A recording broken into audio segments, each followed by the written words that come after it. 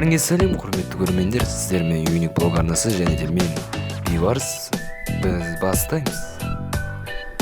Бүгін біз Димаш Құдайбергеновтың бүгінгі күнге дейінгі қатысқан телешоулары туралы сөйлесеміз.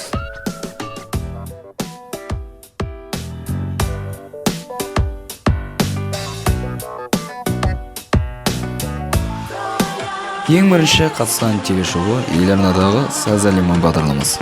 Бұл туралы өткен видеода айтып кеткен болатын.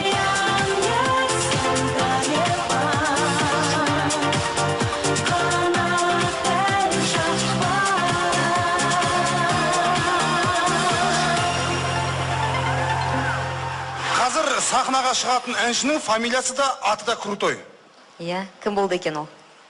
Мысалы, аты Дінмұхамед, қысқаша Димаш, фамилиясы Құдайбергенов. Қанат, Айткүл, Ерболат Құдайбергеновтерге қатысы бар ма? Жоқ, оларға қатысы жоқ. Бірақ ол елімізге белгілі Қанат пен Света Айтбаевтардың ұлы. Сахнада Димаш Құдайбергенов, қарсы алыңыздар. Саз әлемінде Димаш көркем атты өлеңін шырқайды.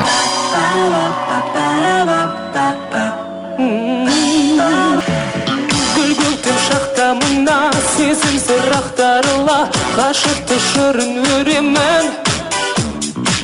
Өзіңді сағынғысым, көлін күз қарындасым, алыстан іздеп келемін. Жанарыма нұр тұнып, бар дүние құлпырып, әлемге ғашап кенемін.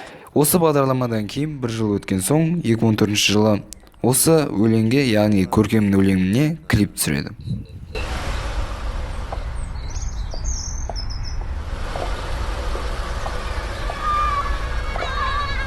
Үйде көркем аруларға сәлем. Осындай әдемі гүлдер қайда өсіп?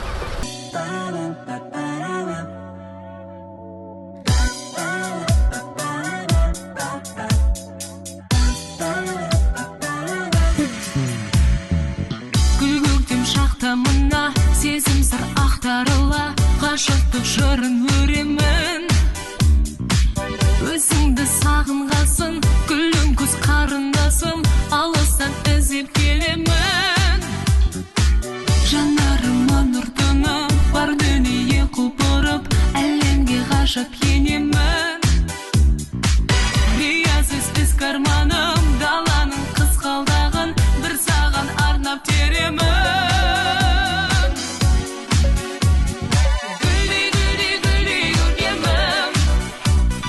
Жүрегімде сенің еркінің, қуанышым асқағанып сен, желбіреткен сезім жүргенмін. Саз әлемінен кейін әнші хабар арнасының 7 ән шоуына қатысып өнер көрсетеді. Бұл жерде Димаш өзге әншілермен ән сайысына түседі.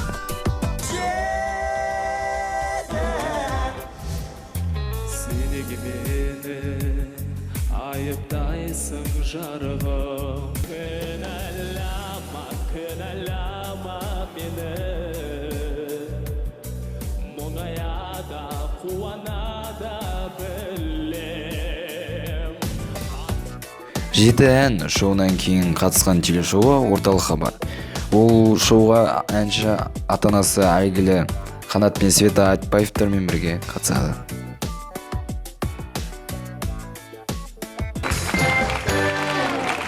Қанат пен Светлана өнерден тайқып кетіп, естілмей қалды дегенді мен естімеппін. Үнемі ізденіс үстінде, үнемі шығармашылық үстінде. Қазір енді немен айналысудасыздар? Немен таңғалдырам деп жатсыздар халықты? Жалпы Ақтөбеде жатып ал, бұл не деген белсенділік өзі? Ал 4-ші қатысқан телешоуы Рика ТВ каналында «Испер круг» ток-шоуы. Бұл ток-шоуда Димаш әкесімен бірге қатысады. Я ее ведущий Антон Пережогин. А у нас в студии двое гостей. Это Димаш Кудайберген, победитель международного фестиваля «Славянский базар 2015». И его отец, и, как я понимаю, по совместительству продюсер, это Канат Айтбаев, известный в нашем городе, но и не только, в Казахстане, певец, исполнитель и даже директор филармонии, да, как я понимаю. Ну, это бывший. С первых рук ток-шоуынан кейін бірден Қазақстан арасындағы Таңшолпан телешоуына шақырылады. Иә, құрметті көрермендер, біз тікелей эфирде таңғы шоуын жалғастырамыз және бүгін біздің студиямызда қонақта көптен күткен қонағымыз Славян базары 2015 байқауының гран-при иегері, әнші, жас әнші Димаш Құдайберген. Димаш, қош келдің, елімізге қош келдің. Енді бұл расымен де үлкен жеңіс. Тек қана сенің жеңісің емес, сенің ата-анаң жеңісі емес, сенің ұстаздарың жеңісі емес, бұл дүйім қазақ эстрадасын, дүйім қазақ елінің жеңісі. Өйткені тәуелсіздік алғалы ең алғашқы гран-при жүлдем міне саған бұйырып тұр.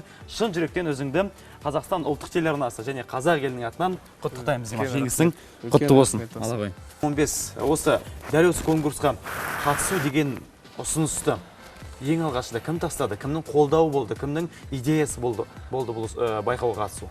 Бірақ ол кісі залда отырады, мен қонақ ретінде өлеңді айтып, өнерімді көрсеткен жайымда, ана кісі қарап тұрып айтқан болатын. Давай, Карла, давай. Осы болған шақырайық деп айтқан екен де. 6-шы ток-шоуы қайтадан орталық хабар. Бірақ осы жолы ол ата-анасымен емес, өзі жеке қонақ ретінде келді. Әміренің әнін еске түсіреді.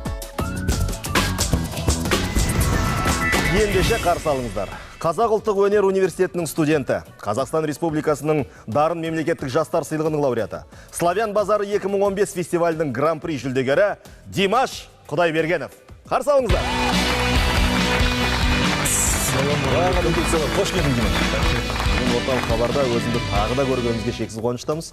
Өткен жолы дәл осы студиядан мен үлкен додаға қатысқалы жатырмын. Саған бір сәт сапар тілеп шығарып салып ек. Мінекей бүгін сол сәт сапарыңнан сәтті оралып, абыройлы келіп жатсың, құтты болсын. Рахмет бізге. Түнгі студияда Димашты шақыруды ұмытқан жоқ.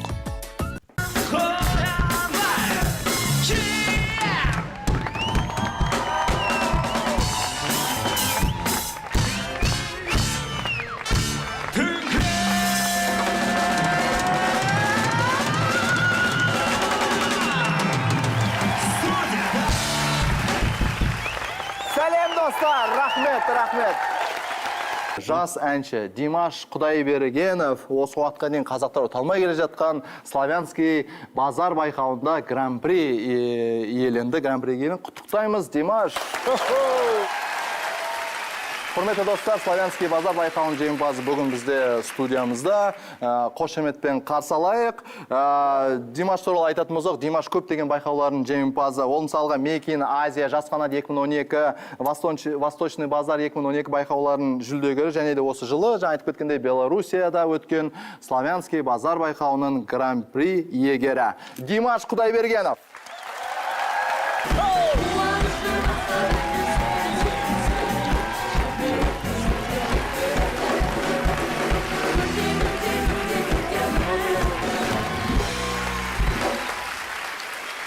Димаш, түнгі студияға қош келдің. Қош көрсі. Көңіл күйің қалай? Көңіл күйім енді өте керемет. Есімде болады, өткені түнгі студия менің ең сүйікті бағдарламам. О Францияның әні ғой бұл, Иә. Қателеспесем, сас дәм терген андертес па? Солай ғой. Дәулет, сен айта аласың ба? Мен айтып шықтым. Сас дәм терген андертес. Сас дәм терген андертес. SOS таңтағын оңғытқыз. It's okay деп атырсың. It's okay. Бола береді. Сас дәм терген андертес. Дұрыс па? Таймс шоуына қатысып көңіл көтеріп қайтты. Марат, білесің ба?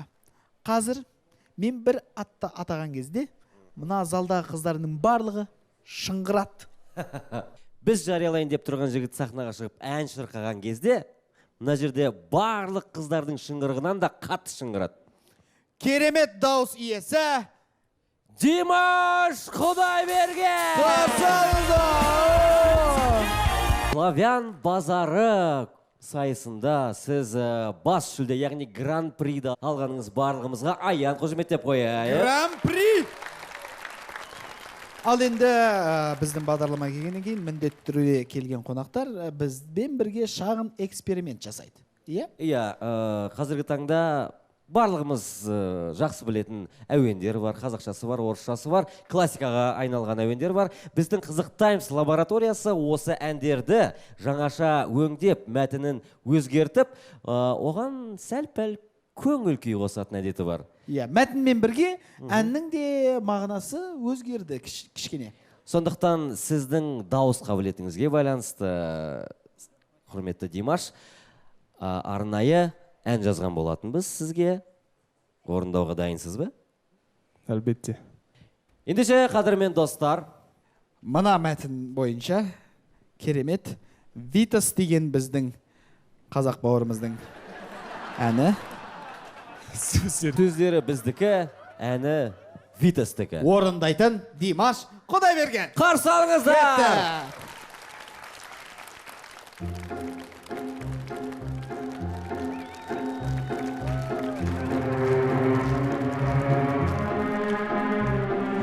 Бала кезде мен алғыр боп өстім, талант болып жүргене.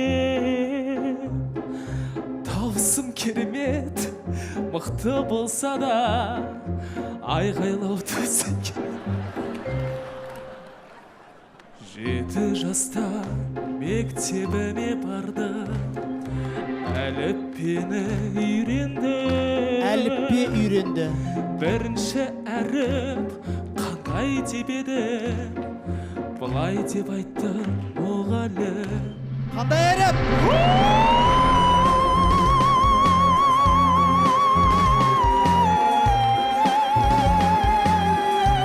Қандай? Үй жақта жүрсем, бір қыз каблукпен аяғымды басып кетті. Не деп айқайлады?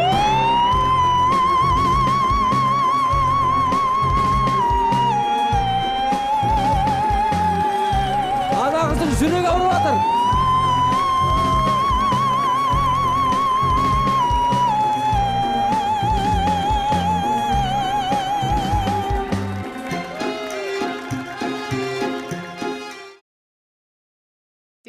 Көңілді қызықтаймыстан кейін Бенефис шоуға қатысады. Ол шоуда Майра Мұхаммед қызмен ән орындайды.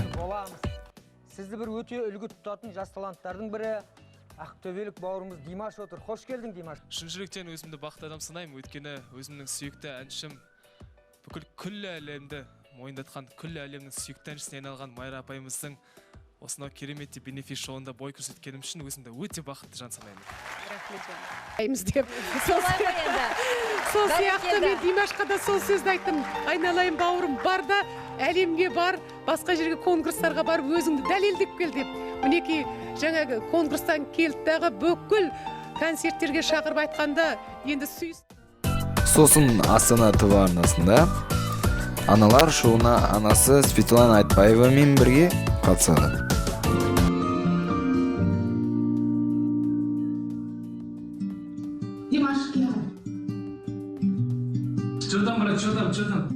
Қазақ эстрадасындағы жаңа буын жас толқын өкілдерінің бірі Димаш Құдайберген. Шын есімі Арымдалып Дінмұхаммед деп қойылса да, Димаш деп атаңшы деген өзінің қалауы болды. Енді 21 жаста кім талпынып тұрмады десеңізші. Аузына қарап отырған бірдей үш анасы болса.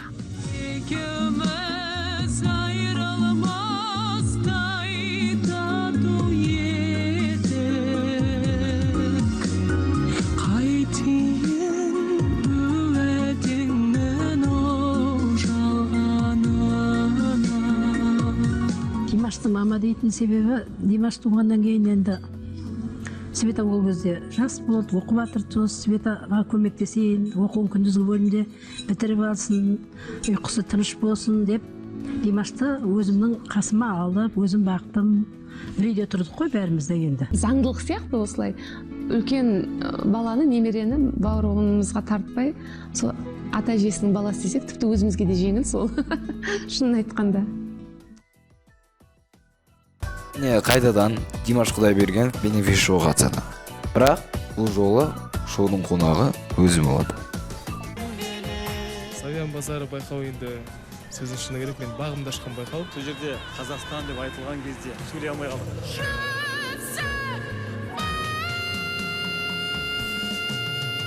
Тек қана Димашты тәрбиелемегенсіз вокалдан, Светаны да оқытқан екенсіз. Бұйыртса, Димашты да баласының дауысын қойып береді шығармыз. бұл Димаштың өзінің табиғи шашы. Алдыңғы уақытта Димаш берімен дуэт айтады.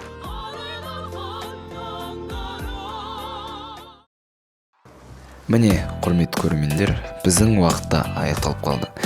Бұл біздің Димаш туралы жинаған мәліметтеріміз.